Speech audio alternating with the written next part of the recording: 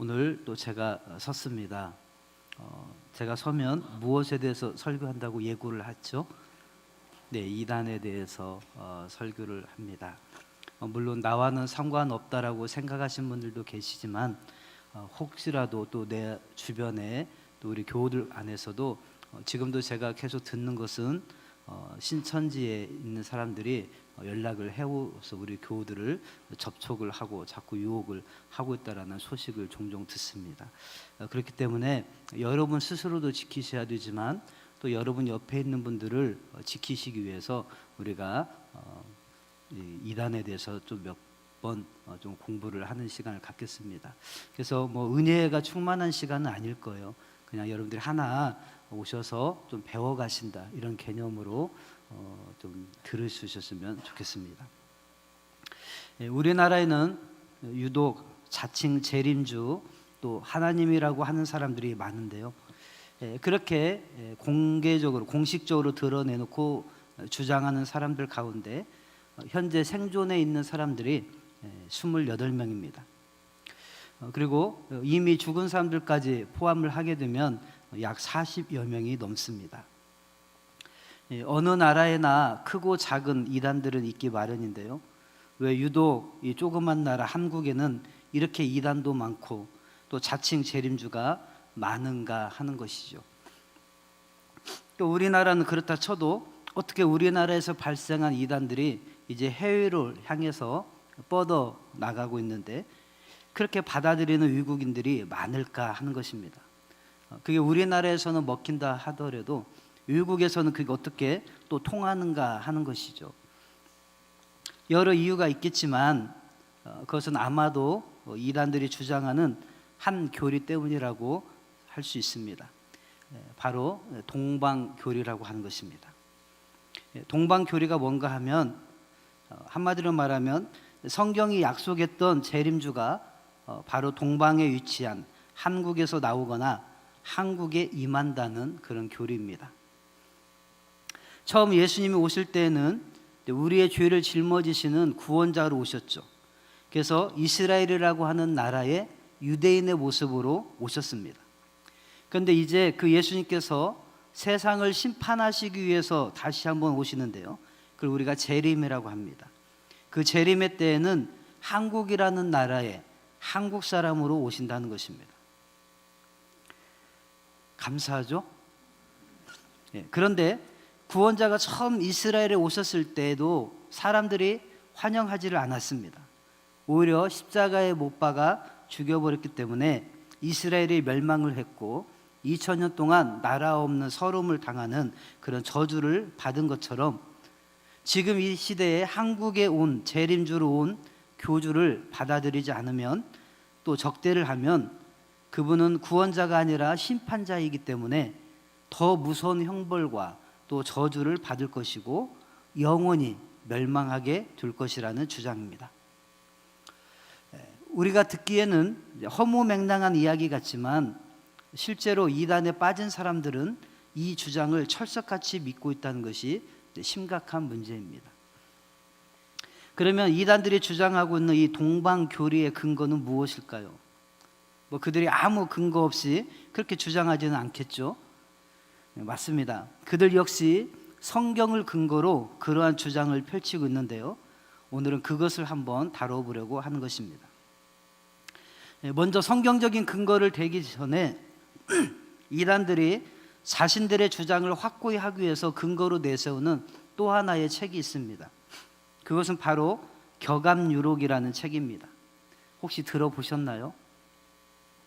이 격암유록은 1977년에 처음 소개가 되었습니다. 그리고 1987년에 처음 번역이 되어서 출간된 책인데요. 한국의 역사서이자 예언서라고 알려져 있습니다. 총 60장으로 구성되어 있는데요. 조선 명종 때의 예언가였던 격암 남사구라고 하는 사람이 자기가 어린 시절에 어떤 신인으로부터 전수를 받았다고 하는 그런 책입니다. 근데 이 책에는 역학, 또 풍수, 또 천문, 또 복서 등의 그런 원리를 이용해서 이 한반도의 미래가 기록되어 있습니다. 그래서 임진왜란, 또 동학 농민운동, 또 한일 합방 그런 조약, 또 한반도의 해방과 분단, 또 전쟁, 4.19 혁명, 5.16 군사 정변 등 역사적인 사건들에 대해서 다 예언이 되어 있다라고 하는 것이죠. 신통하죠. 그 다음에 이승만, 박정희 등 한국의 역사적 인물의 행적을 정확히 예언하고 있다고 하는 것입니다. 그래서 450년 만에 신비의 베일을 벗는 민족의 경전이다라고 하는 평가를 받고 있습니다. 그런데 현재 대한민국의 역사학계에서는 이 책에 대해서 검토할 가치가 없는 유서라고 그렇게 견해를 갖고 있습니다. 왜냐하면 남사고가 직접 썼다고 하는 그 원본이 발견되지 않았고요. 또 그 책의 필사본만 되었는데 그 책에 표현된 한자 표기법이 옛날 한자 표기법이 아니라 일본식 한자 표기법으로 되어 있다라고 하는 것이죠. 그리고 현대어로 되어 있다라고 하는 것입니다. 그리고 또 일부 내용 중에는 성경을 베껴 쓴 흔적이 있다라고 하는 것이죠. 이 격압유록을 여러분은 뭐 잘 모르시겠지만 박근혜 대통령 당선될 때 그때에 왜 박근혜 대통령을 찍어야 되는지에 대해서 한동안 정치 이슈로 이렇게 선전용으로 나왔던 책이 격압유록입니다. 또 영생교 조희성 씨 아시죠? 영생교 이 조희성 씨가 자신을 정도령이라고 소개를 하면서 제시했던 책이 그 근거로 제시했던 책이 바로 이 격압유록입니다. 여기에는 특정 종교인과 또 종교 단체를 구체적으로 제시를 하고 있어서요.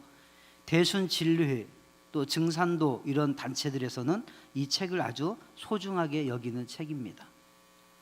그 책의 핵심은 뭐냐면 구원자가 한반도에 나타났다라고 하는 것입니다. 그런데 여기에다가 이단들이 그것만 가지고는 기독교 이단이 될 수는 없잖아요. 한 민족의 어떤 정신적인 역할을 할 수는 있겠지만 기독교의 지도자가 될 수는 없으니까 성경을 갖다가 또 인용해다가 자신들의 주장을 뒷받침하는 것입니다. 그래서 격압유록에다가 성경 이 두 가지를 가지고 이 동방교리를 주장을 하는 것이죠. 이 동방교리의 내용은 이렇습니다. 성경적인 근거 구절을 보면 우리가 방금 읽었던 계시록 7장 2절 말씀인데요. 거기에 보니까 중간에 해 돋는 데로부터 올라와서 땅과 바다를 해롭게 할 권세를 받은 천사들에게 이야기를 했다는 것이죠. 한 천사가, 이 천사는 인을 치는 천사입니다. 14만 4천 명의 인을 치는 천사니까 귀한 천사죠. 한마디로 말하면 우리를 살려주는 천사잖아요. 그러니까 이 우리를 살려주는 이 천사가 어디에서부터 올라오냐면 해 돋는 데로부터 온다는 것입니다. 해 돋는 데부터. 해 돋는 데라는 말을 여러분 기억하시면 됩니다. 또 이사야서 41장 25절에 보면 이렇게 이야기합니다. 내가 한 사람을 일으켜 북방에서 오게 하며 내 이름을 부르는 자를 해 돋는 곳에서 오게 하였나니 그가 이르러 고관들을 석회같이 토기장이가 진흙을 밟음같이 하리니. 해 돋는 곳에서 오는 한 사람이 있는데 이 사람이 하나님의 백성들을 괴롭혔던 자들을 물리치겠다, 짓밟겠다 이런 표현인 것입니다. 그러니까 해 돋는 곳에서 오는 사람은 오는 존재는 아주 소중하고 좋은 존재인 것이죠. 두 번째 성경 구절이 오늘 읽었던 말씀인데요. 섬들아 내 앞에 잠잠하라 민족들아 힘을 새롭게 하라 이렇게 이야기하고 2절에 누가 동방에서 사람을 일깨워서 공의로 그를 불러 자기 발 앞에 이르게 하였느냐 하면서 열국을 그에게 넘겨준다 이런 표현을 쓰고 있죠. 여기에서 이제 동방이란 표현이 나오고 섬들아 잠잠하라 이런 표현이 나옵니다. 여러분 이 두 표현을 기억을 해놓으시면 됩니다. 그 다음에 46장 11절에서 또 이렇게 이야기합니다. 내가 동방에서 독수리를 부르며 먼 나라에서 나의 모략을 이룰 사람을 부를 것이라. 내가 말하였은즉 정령 이룰 것이요 경영하였은즉 정령 행하리라. 즉 동방에서 독수리를 부를 것인데 이 사람이 하나님의 뜻을 하나님의 계획을 다 성취하겠다라고 하는 것입니다. 그 다음에 이사야서 41장 9절에 또 이렇게 이야기합니다. 내가 땅 끝에서부터 너를 붙들며 땅 목퉁이에서부터 너를 부르고. 땅 끝에서부터 부르는 존재가 있고 땅 모퉁이에서 부르는 존재가 있다라고 하는 것입니다. 그 다음에 스가랴서 14장 8절입니다. 그날의 생수가 예루살렘에서 솟아나서 절반은 동해로 절반은 서해로 흐를 것이라.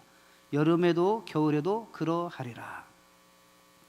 자, 무슨 말이냐면요, 지금까지 읽은 말씀을 요약을 하면 해 돋는 곳에서 땅끝에서 해 돋는 곳에서 한 사람이 일어나는데, 이 사람이 그 해 돋는 곳, 땅끝이 어떤 곳이냐면 동해가 있고 서해가 있고 여름이 있고 겨울이 있는 그런 곳이다라고 하는 것입니다. 이해 가시나요? 네. 동쪽에 있는 땅끝에, 해 돋는 곳에 땅끝에 있는 한 나라인데, 거기에는 동해도 있고 서해도 있고 그 다음에 여름도 있고 겨울도 있는 그런 나라. 어디예요? 어디라고요? 예, 여러분 벌써 다 넘어오셨잖아요. 네.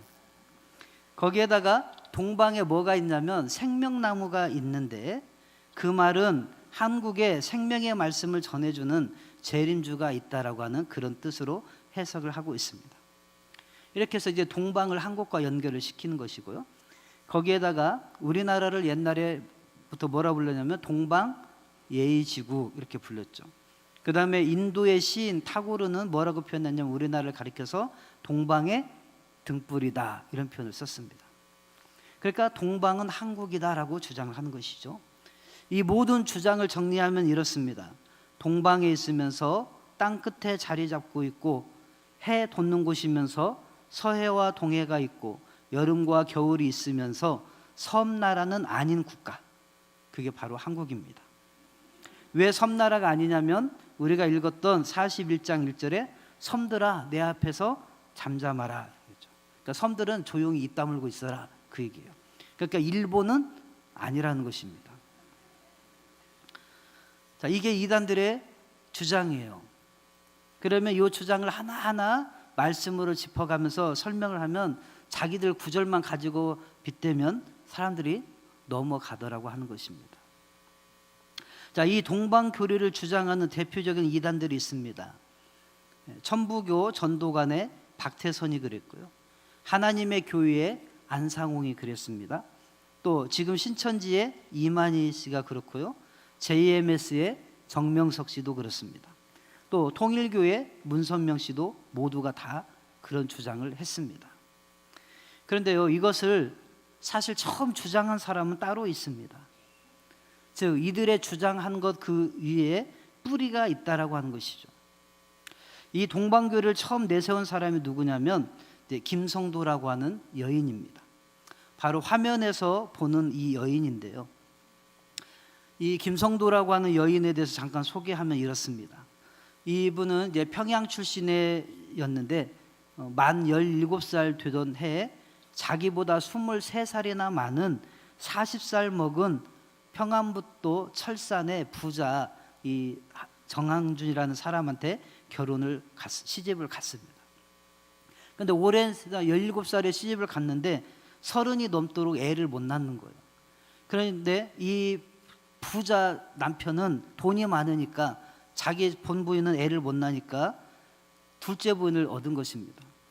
그런데 이 둘째 부인이 사라하고 하갈하고 똑같아요. 그러니까 이제 모진 구박 탓에 이 병까지 얻은 것입니다. 그러다가 33세쯤 아들을 낳았는데요, 이 아들이 낳고 나서 정신이상 증세를 보이기 시작했어요. 그런데 그 지역을 마침 지나가면서 전도를 했던 한 노 권사님이 이분을 보고 너는 예수를 믿어야, 교회 나가서 예수를 믿어야 낫는 병이다 이렇게 이야기를 하니까 그때부터 교회를 다니기를 시작한 것입니다. 그리고 약 3개월 정도 지나서 정신이상 증세가 치료가 됐습니다. 그리고 나서 이제 자기 집 창고를 열어서 멍석도 깔고 또 행여병자들을 다 끌어들여서 먹이고 재우고 돌보면서 또 환자들의 고름을 입으로 빨아내면서 병을 고쳐주는 아주 훌륭한 일을 했던 것이죠. 근데 문제는 거기까지 딱이었으면 좋은데 이분이 이제 그런 신비 체험을 하다 보니까 이 기도를 더 열심히 하게 된 거예요. 근데 기도하다가 입신을 했습니다. 입신을 해서 계시를 받았는데 여러 차례에 걸쳐서 계시를 받았어요. 12가지의 계시를 받았는데 그걸 정리하면 이렇습니다. 첫 번째, 예수님은 십자가에 돌아가시기 위해 온 것이 아니다. 그분은 억울하게 죽은 것이다. 따라서 하나님의 구원 섭리는 연장되었다. 이게 무슨 말이냐면 예수님은 처음부터 죽으려고 오신 것이 아닌데 실패한 거라는 거예요. 십자가에 죽은 것은. 그러면 실패했으니까 누가 또 필요해요? 또 다른 구원자가 필요하다라고 하는 근거를 처음 만든 여인이 이 여인입니다. 예수는 실패했으니까 또 다른 구원자가 필요하다라는 걸 만든 거죠. 두 번째, 죄의 뿌리는 선악과를 따먹어서가 아니라 아담과 하와의 잘못된 성생활로 시작되었다라고 주장을 했습니다. 왜냐하면 사람이 죄를 지으면 부끄러운 곳을 가리는데, 그러면 우리는 보통 뭘 가려요? TV에서 보면은 사람들이 카메라들 막 기자 이렇게 들이대면, 카메라 들이대면 무엇부터 가립니까? 얼굴부터 가리잖아요. 그런데 아담과 하와가 부끄러운 곳을 가렸단 말이에요. 그러니까 그것은 성적으로 죄를 지었다라고 하는 것을 이 여인이 처음으로 또 이 계시를 받았다고 하면서 드러내는 것입니다. 그러면서 만들어진 교리가 뭐냐면 피가름 교리라고 하는 것입니다. 피를 바꿔줘야 된다, 이런 교리인 것이죠. 세 번째, 재림주는 구름 타고 오시는 것이 아니라 어느 여인의 몸을 통해 오시는데 그게 바로 나다, 이런. 그게 이제 구름은 구름이 아니라 다른 것이다 라고 하는 교리, 구름은 육체다 라고 하는 교리를 만드는 것이죠. 그 다음에 네 번째, 재림주는 한국에 오시며 만인이 한국을 신앙의 종주국으로 알고 찾아오게 된다 라고 하면서 한국이 곧 동방이다 라고 하는 동방교리를 만든 것입니다. 그러니까 이 모든 교리, 지금 이단들을 형성하고 있는, 주장하고 있는 모든 교리의 가장 뿌리가 누구라면 바로 이 여인입니다. 그런데요, 이와 같은 김성도의 교리가 이 여인으로부터 끝난 것이 아니라 지금까지 이어지고 있다라고 하는 것은 그 여인의 교리를 누군가가 계속 받아서 이어서 쓰고 있다는 증거겠죠. 자, 이단들은요 다 계보가 있다고 말씀드렸습니다. 뭐 자세히 나누면 좀 복잡하지만 크게는 보시는 화면과 같습니다. 왼쪽에 보면 맨 위에 김성도라고 써 있죠. 그리고 괄호 열고 세주파라고 써 있습니다. 세주파라고 하는 것은 뭐냐면 새로운 주님을 믿는 무리들이다 해서 세주파입니다. 왜냐하면 우리가 믿는 주님은 누구예요? 예수님이신데 예수님이 아닌 새로운 주님을 믿는다라고 해서 그 세주파라고 부르는데, 그 새로운 주님이 누구냐면 바로 김성도 자기 자신인 것입니다. 그런데 그 밑에 쭉 보면 이제 뭐 문선명도 나오고 박태선도 나오고, 오른쪽 녹색 화면에 아래쪽에 보면 신천지 이만희 씨도 나옵니다. 그러니까 자기가 계시받았다고 하지만 계시받은 것이 아니라 다 이미 선배 이단들의 그 교주들로부터 다 배운 거예요. 학습되어진 것입니다. 그러니까 우리가 이단에 빠진 사람들은 다 우리 교주가 뭐 계시받았다라고 말하지만 전부 다 거짓말이라고 하는 것입니다. 그 이전에 이미 그 주장들을 한 사람들이 계속 있었고, 그것이 먹히는 것 같으니까 그것을 본받아서 나도 사람을 모집해야지 이렇게 모으고 해서 이단들이 계속 형성되더라고 하는 것입니다. 여러분, 우리는 이것을 잊어서는 안 된다는 것입니다. 근데 이들의 주장에 대해서 우리가 근거를 또 봐야 되잖아요. 제가 몇 가지를 준비를 해왔습니다. 자, 보시면 왼쪽에 있는 것이 이제 박태선 씨, 전도관의 박태선 씨가 주장한 자기가 쓴 책의 그런 내용들입니다. 거기에 보면은 글씨가 작아서 잘 안 보이시지만 해돋는 곳, 이것이 다 한국의 동방이다라고 하는 것에 대해서 설명을 해주고 있는 거고요. 또 오른쪽에 재림예수교라고 하는 이 구인회를 재림예수로 믿는 사람들인데요. 이 사람들도 역시 이 책에다가 뭐라고 말하냐면 동해와 서해가 있는 나라가 바로 대한민국이기 때문에 이 성경에서 말하는 동방이 한국이다라고 하는 것입니다. 그 다음 보시면요, 저건 이제 하나님의 교회 안상홍에서 주장한 건데요. 앙상홍은 이제 세계 지도까지 꺼내놨습니다. 세계 지도를 꺼내놔서 이스라엘의 그 예루살렘에 붙어서 수평으로 쫙 오른쪽으로 그어서 동쪽 끝을 보면, 해 뜨는 동쪽 끝에 보면 어디에 와요? 우리나라 대한민국에 와 있습니다. 참 축복받은 나라예요. 거기다가 이제 에스겔이 환상을 보게 되는데, 그 1500리 되었죠. 그 우리나라 남한의 길이를 이 성경에 나와 있는 에스겔에서 나와 있는, 또 요한계시록에 나와 있는 그 스타디온 그 거리를 측량을 한 거예요. 그걸 환산을 해가지고 보니까 우리나라 남한하고 똑같다는 거예요. 그러니까 우리나라라는 거죠. 그 다음에 이거는 이제 JMS의 정명석 씨, 또 실로 등대 중앙교회 김풍일 씨라고 하는 분들이 주장을 하는 건데요. 역시 내용은 똑같습니다. 그러니까 저분들이 직접 자기들이 쓴 책의 내용들이에요. 제가 방금 아까 우리가 같이 읽었던 그 말씀들을 근거로 해서 똑같은 주장을 펼치고 있다라고 하는 것입니다.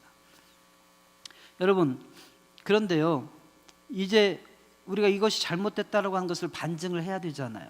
이단들이 그렇게 우리한테 다가와서 성경이 말하는 동방이 우리나라고 우리나라에서 재림주가 임했어 왔어라고 하면 그것이 틀렸다라고 하는 것을 우리가 반증을 해줘야 되잖아요.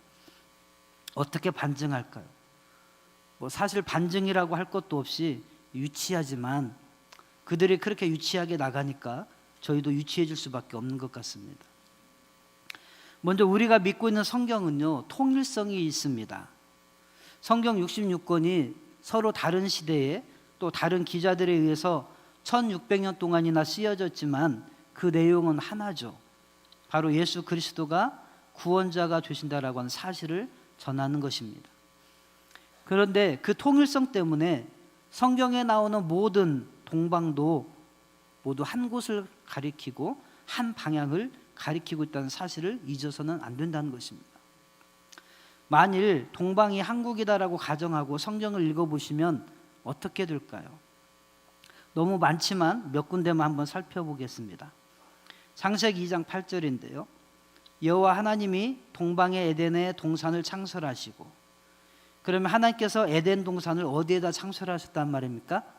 한국에다가 창설하셨단 말이에요.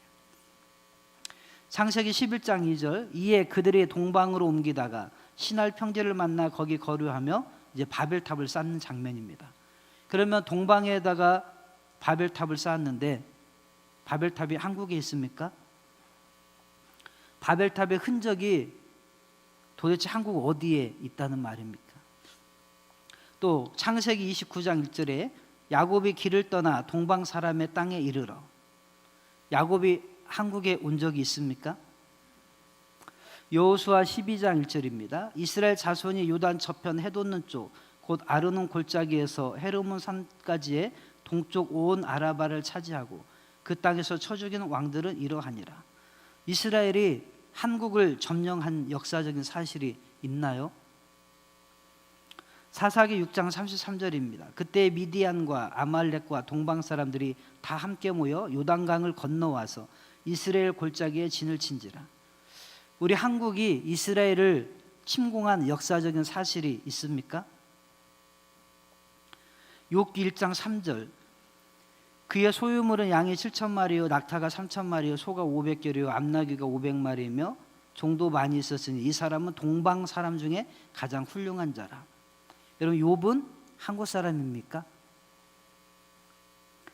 더 나아가서 마태복음 2장 1절에서 2절에 보면 헤롯 왕 때 예수께서 유대 베들레헴에서 나심에 동방으로부터 박사들이 예루살렘에 이르러 말하되 우리가 동방에서 그의 별을 보고 그에게 경배하러 왔노라. 여러분, 동방 박사들도 한국 사람이었나요? 유치하죠, 제가 이렇게 하니까. 그런데 이렇게 성경에서 억지로 동방을 한국이라고 생각하고 대입을 시켜보면 웃음꼴이 되는데 어떻게 몇 구절들만 뽑아서 동방을 한국으로 대입시켜서 해석을 할 수 있는가 하는 것입니다. 코미디 중에 이런 코미디는 또 없을 것입니다. 더 웃긴 것은요, 우리나라는 그렇다고 쳐요.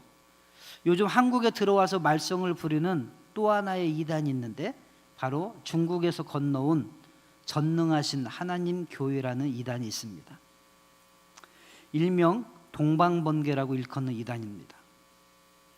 이 동방번개는 양양빈이라고 하는 여자를 성육신하신 그리스도로 믿는 이단입니다.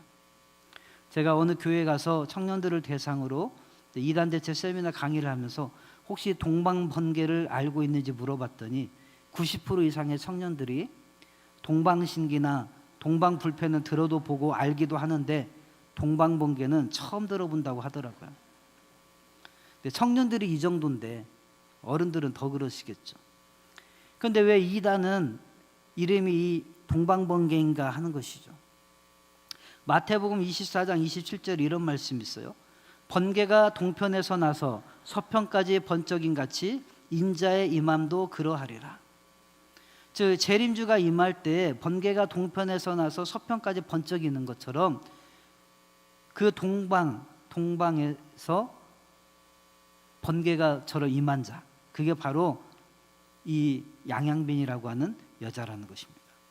그래서 이 동방번개파는 동방을 뭘로 해석을 하냐면 중국으로 해석을 하고 있습니다.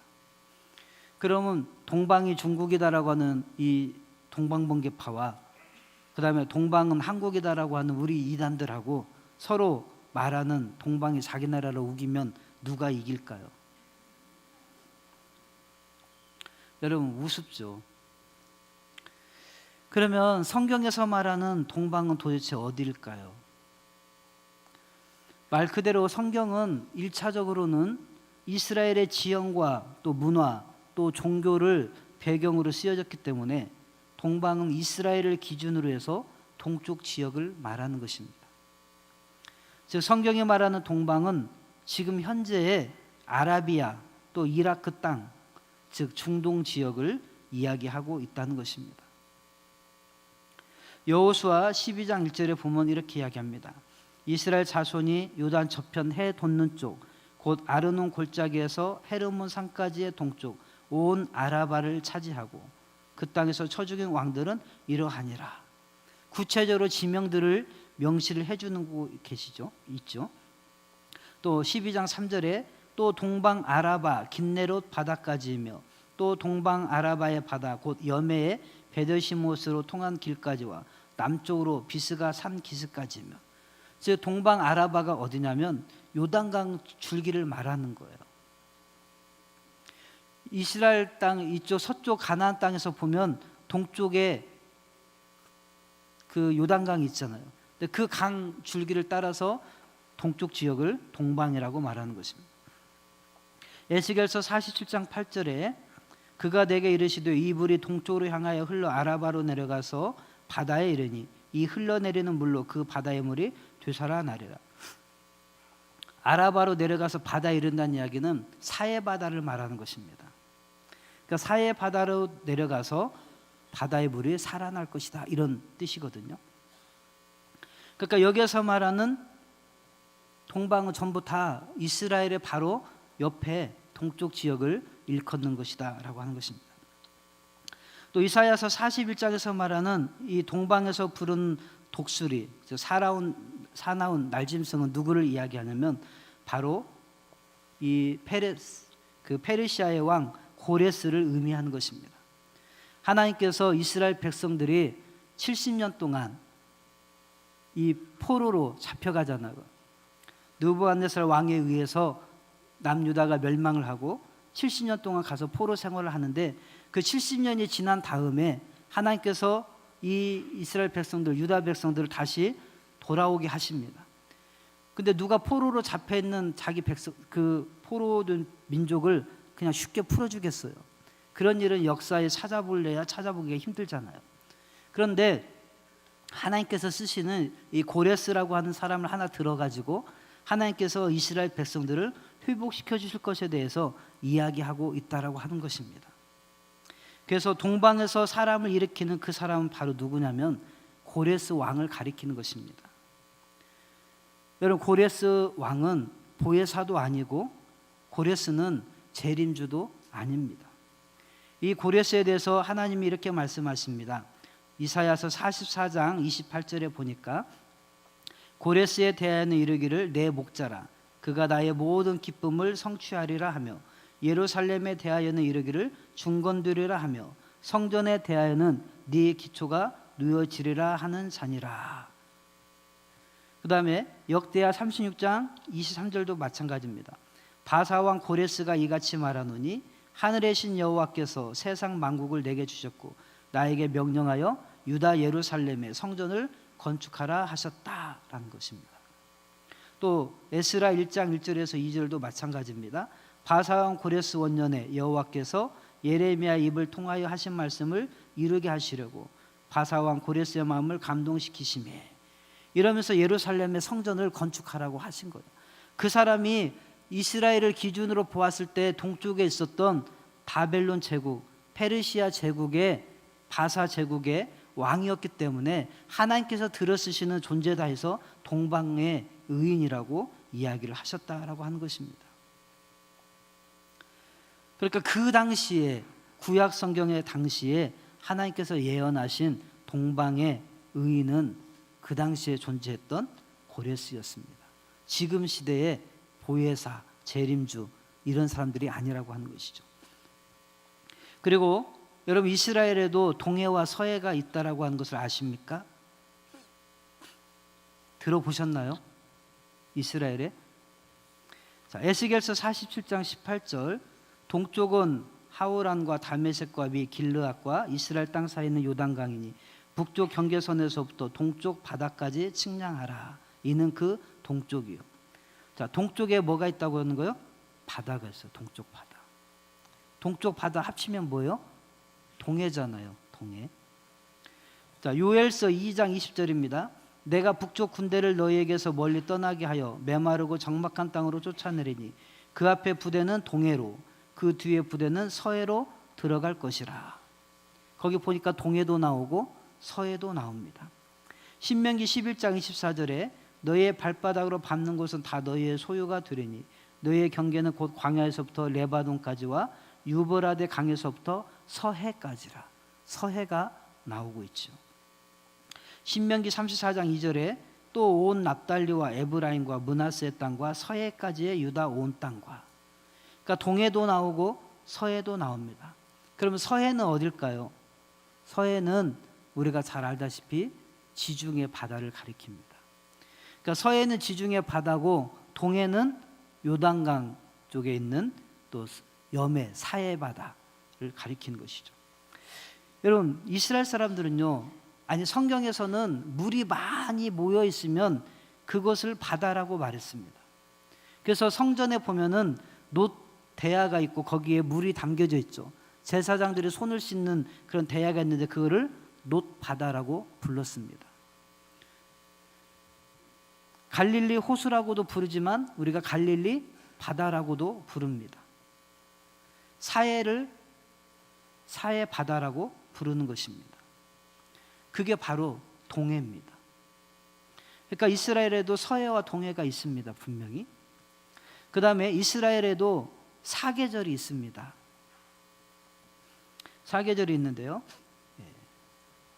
사무엘하 16장 1절에 보니까 맨 마지막 부분에 보니까 여름 과일 100개와 포도주 한 가죽 부대를 싣고 다윗을 맞는지라. 여름 과일, 여름이 있다는 것입니다. 잠언 10장 5절에 여름에 거두는 자는 지혜로운 아들이나 추수 때에 자는 자는 부끄러움을 끼치는 아들이니. 자, 여름이 없는데 여름이란 단어를 굳이 쓸 성경에 넣을 이유가 있을까요? 여름이란 단어가 없으면 이해를 못합니다. 이해를 못하는 단어를 써놔봐야 아무 소용이 없는 것이죠.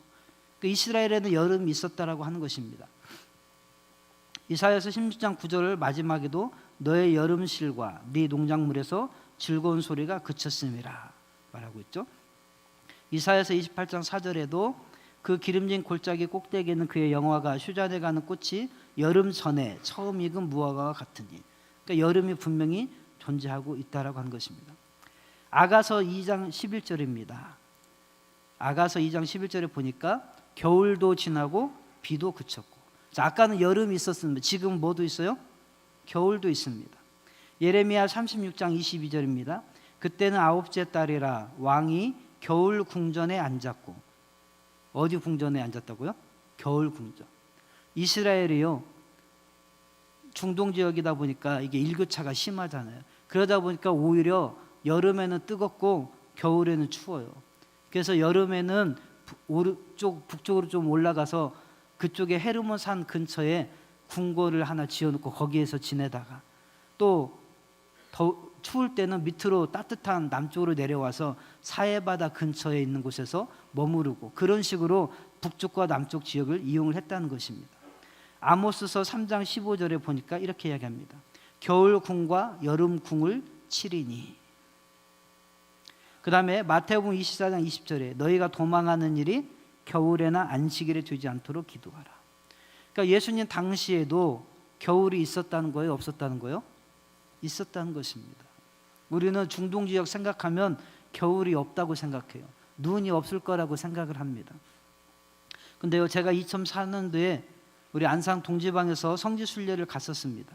그때 기후 이상으로 폭설이 내려가지고 이틀 늦게 귀국을 한 적이 있었어요. 너무 좋았었습니다.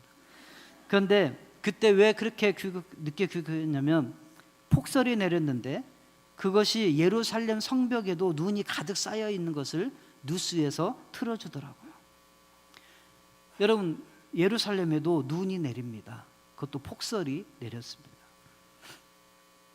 여러분, 동해, 서해, 여름, 겨울을 아우르는 말씀이 있습니다. 바로 스가랴 14장 8절인데요. 그날의 생수가 예루살렘에서 솟아나서 절반은 동해로 절반은 서해로 흐를 것이라 여름에도 겨울에도 그러하리라.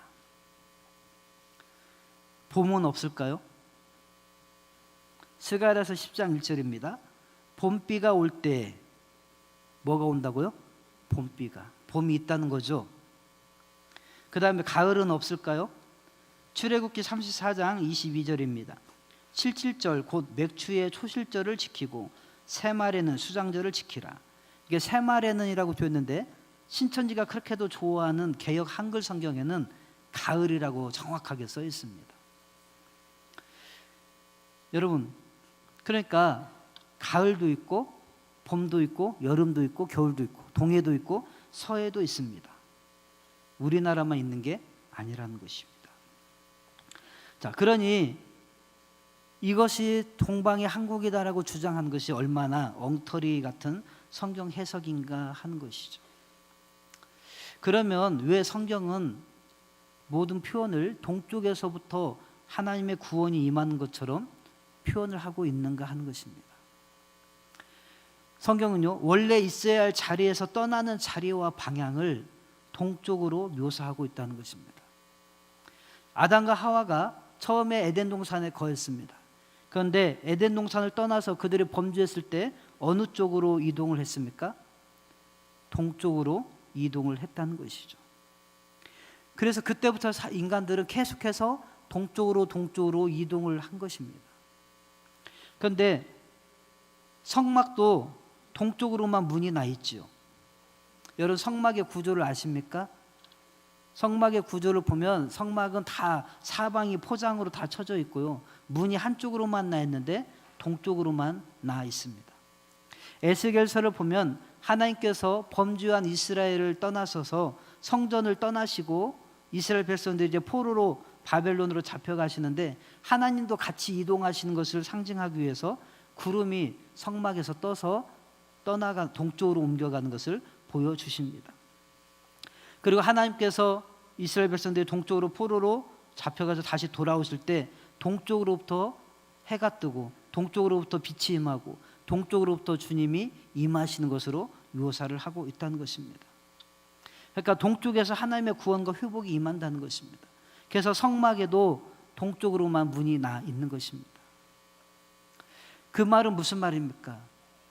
동쪽에 한국에서 구원자가 임한다는 것이 아니라, 인간이 범죄하여 하나님을 떠난 그 자리에서 하나님은 사람들을 찾아오시고 그들을 다시 회복시키시고 그들을 원래의 자리로 돌이키시는 분이 하나님이시고, 사람들이 돌아가야 될 방향은 동쪽이 아니라 서쪽이라고 하는 것을 가르쳐주기 위함인 것입니다. 여러분, 우리 주님께서 저와 여러분들의 구원자가 되십니다. 그분이 사람들이 범죄하고 등을 돌리고 떠났던 그 자리에서 우리와 따로 떨어져 계신 것이 아니라 같이 이동하셔서 우리와 함께 거하시고 우리를 다시 하나님의 은혜를 누리는 원래의 자리로 우리를 세워주시고 회복시켜 가시는 분이 우리 주님이신 것입니다. 우리는 바로 그 예수 그리스도를 구주로 믿는 사람들인 것입니다. 그렇기 때문에 우리는 그 은혜를 누리고 그 은혜를 전할 수 있어야 되는 것입니다. 이제 혹시 길을 가시다가 또 누구를 만나도 혹시 동방 이야기를 꺼내거나 동쪽에서 동방이 한국이고 한국에서 재림주가 임한다 그런 얘기를 하시면 오늘 말씀들을 여러분들이 이용하셔서 하나님의 말씀으로 반증해 주시기 바랍니다. 이스라엘도 동해가 있고 서해가 있고 이스라엘도 봄, 여름, 가을, 겨울 다 있어. 그리고 왜 성막이 동쪽 문이 열렸는지 알아? 이러면서 왜 하나님께서 동쪽으로부터 해 돋는 곳으로부터 구원이 임하는 것으로 묘사하는지 아는지를 여러분들 설명을 해 주시기를 바랍니다. 그러면 여러분들 함부로 못하고 또 그 사람도 복음을 깨닫고 돌아오게 될 줄로 믿습니다. 여러분 동방의 교리 조금 유치하지만 그래도 우리가 넘어가지 않기 위해서 한번 살펴봤습니다.